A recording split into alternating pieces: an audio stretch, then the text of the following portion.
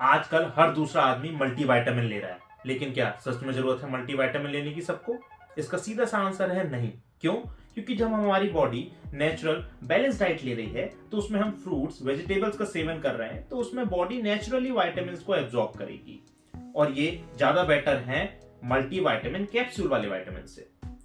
जब विटामिन की जरूरत ही नहीं है हमारी बॉडी को, तो हम इसे क्यों ले रहे हैं? इसे लेने से कोई हमारी हेल्थ ज्यादा बेटर नहीं होने वाली, ये ऑलरेडी हमारे लिए अननेसेसरी बोझ बन जाएगी। तो हमें ये पता होना चाहिए कौन सा मल्टीविटामिन हमें किस स्पेसिफिक कंडीशन में लेना है। तो जैसे कि अगर आप प्रेग्नेंट हैं या प्रेग्नेंट होने का प्लान कर रहे हैं तो उसमें हमें लेना है आयरन एंड फॉलिक एसिड।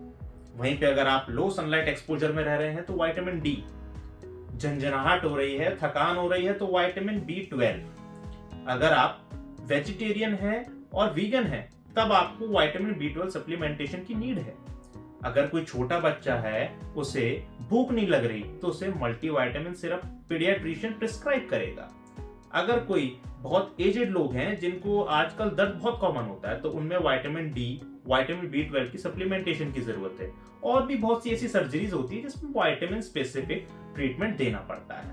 तो इससे हमें ये तो पता चल गया कि विटामिन स्पेसिफिक कंडीशंस है, उनमें हमें विटामिन प्रिस्क्राइब करना है। तो इससे हमें ये पता चला कि विटामिन को या मल्टीविटामिन को एक ट्रेंड नहीं बनाना है, ये एक मेडिकल नीड है। तो उसे उसके नजरिए से देखिए, क्योंकि गलत विटामिन लेना कोई आपको फायदा नहीं पहुंचाएगा, ये बिल्कुल बेकारी है, यूजलेस हो जाएगा आपकी बॉडी में जाके, और कई बार नुकसान भी पहुंचाता है। तो इसके लिए बेस्ट अप्रोच ये है कि अगर आपको कभी भी थकान हो, वीकनेस हो, या फिर हेयर फॉल की प्रॉब्लम हो, या इम्यूनिटी लो फील हो रही हो, तो आप अपने डॉक्टर के पास जाइए। डॉक्टर आपकी ब्लड रिपोर्ट कराएगा और उस ब्लड रिपोर्ट में आपको पता चलेगा कौन से विटामिन की कमी है।